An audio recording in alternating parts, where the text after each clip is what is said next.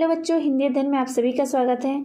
आज हम लोग कक्षा 7वीं से सुभद्रा कुमारी चौहान द्वारा रचित कविता पानी और धूप पढ़ने वाले हैं।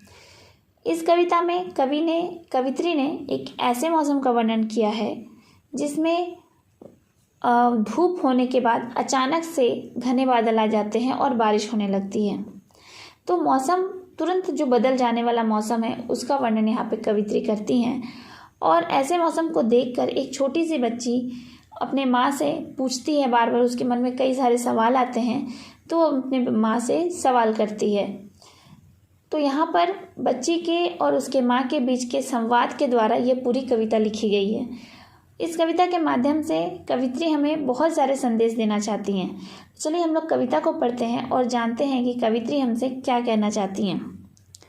अभी अभी थी धूप बरसने, लगा कहाँ से यह पानी, किसने फोड़ घड़े बादल के, की है इतनी शैतानी।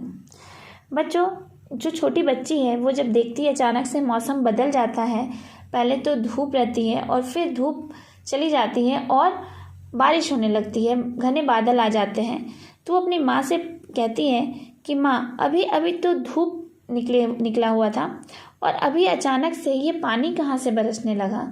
फिर उसके मन में ऐसा आता है कि लगता है किसी बच्चे ने शैतानी की है और उसने बादल के जो घड़े हैं उसे फोड़ डाले हैं, इसलिए बारिश हो रही है।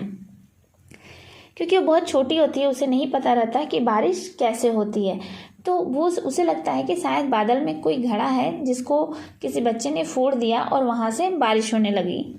फिर वो कहती है, सूरज ने क्यों बंद कर लिया अपने घर का दरवाज़ा, उसकी माँ ने भी क्या उसको बुला लिया कहकर आजा। फिर वो कहती है क्योंकि सूरज जो है वो छुप जाते हैं, तो वो कहती है कि सूरज ने क्यों अपने घर का दरवाज़ा बंद कर लिया और लगता है कि उसकी माँ ने उसे बुला लिया है कि अब घर आ जाओ। जैसे छोटे बच्चे को उसकी माँ बुला लेती है, बाहर खेलते हैं छोटे बच्चे और फिर उसकी माँ उसे बुला लेती है, तो वैसे ही उसे लगता है कि सूरज को भी उसकी माँ ने बुला लिया है। फिर वो कहती है, जोर जोर से गरज रहे हैं बादल है किसके काका, किसको डांट रहे हैं किसने कहना नहीं सुना माँ का। फिर वो देखती है कि बादल गरज रहे हैं, तो उसे ऐसा लगता है कि किसी बच्चे के काका जो हैं वो किसी बच्चे को डांट रहे हैं। तो वह कहती है कि ये जो बादल हैं वो किसके काका हैं और वो किसे डांट रहे हैं। ऐसा लगता है जैसे किसी बच्चे ने अपनी माँ का कहना नहीं सुना है। फिर वो अपनी माँ से पूछती है, बिजली के आंगन में अम्मा चलती है कितनी तलवार, कैसी चमक रही है फिर भी क्यों खाली जाते हैं वार। अब मौसम ऐसा है जिसमें बारिश भी हो रही है, बादल भी गरज रहे हैं और बिजली भी चमक रही है। तो जब बिजली चमकती है तो उसके मन में फिर एक सवाल आता है।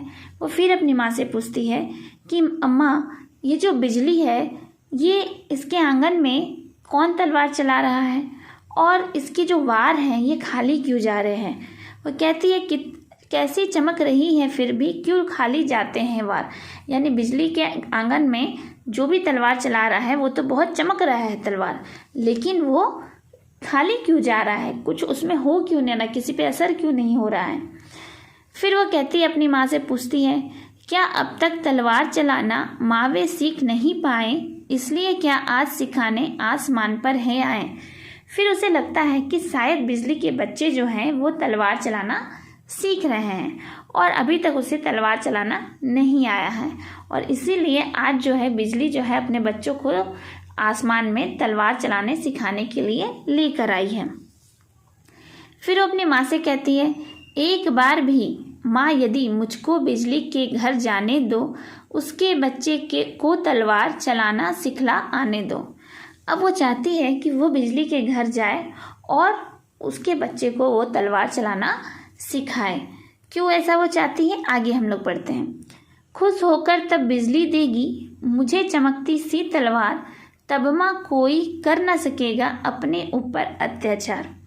फिर वो कहती है कि जब वो बिजली के बच्चे को जाके तलवार चलाना सिखा देगी तो बिजली खुश हो जाएगी और बिजली खुश होकर उसे एक चमकती हुई तलवार दे देगी और जब उसके पास बिजली जैसा चमकती हुई तलवार आ जाएगी तो उस पर और उसके माँ पर कोई भी अत्याचार नहीं कर पाएगा। बच्चों, यह जो कविता है यह स्वतंत्रता से पहले हमें जो आज़ादी मिली है उससे पहले की कविता है, जिस समय हमारे देश पे ब्रिटिश सरकार का राज था।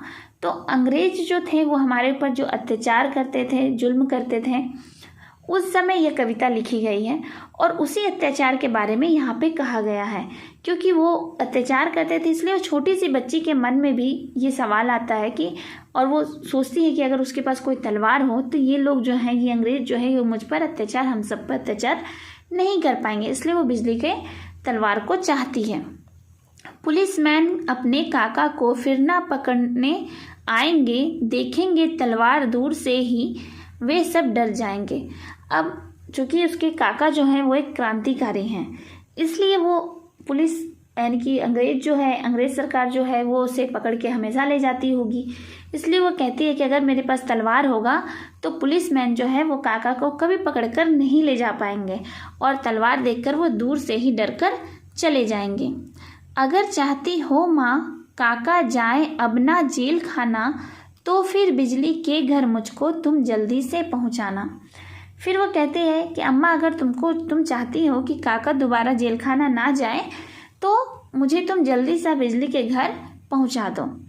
अब उस बच्ची को पता नहीं है कि बिजली के घर जाने का मतलब क्या होता है, क्योंकि जीवित व्यक्ति तो कोई वहाँ जा नहीं सकता, तो इसलिए अम्मा डर जाती है थोड़ा। और फिर अम्मा कहती है काका जेल ना जाएंगे, अब तुझे मंगा दूंगी तलवार, पर बिजली के घर जाने का अब मत करना कभी विचार।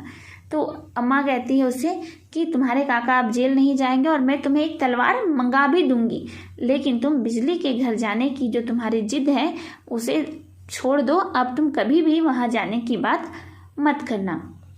तो बच्चों, ये जो कविता है, इस कविता में जो सुभद्रा कुमारी चौहान जी हमें संदेश देना चाहती हैं, वो कहना चाहती हैं कि जो बच्चे हैं, छोटे छोटे बच्चे, उस समय हमारा देश जब आज़ाद नहीं हुआ था तो छोटे छोटे बच्चों के मन के अंदर भी क्रांतिकारी भावना भरी हुई थी। वो छोटी सी बच्ची जिसको मौसम के बारे में कुछ नहीं पता, बारिश कैसे होती इतना भी नहीं पता, इसका मतलब वो बहुत छोटी थी, तो उस छोटी सी बच्ची के मन में भी क्रांतिकारी भावना है। वो अंग्रेज के खिलाफ लड़ना चाहती है, तलवार चाहती है एक।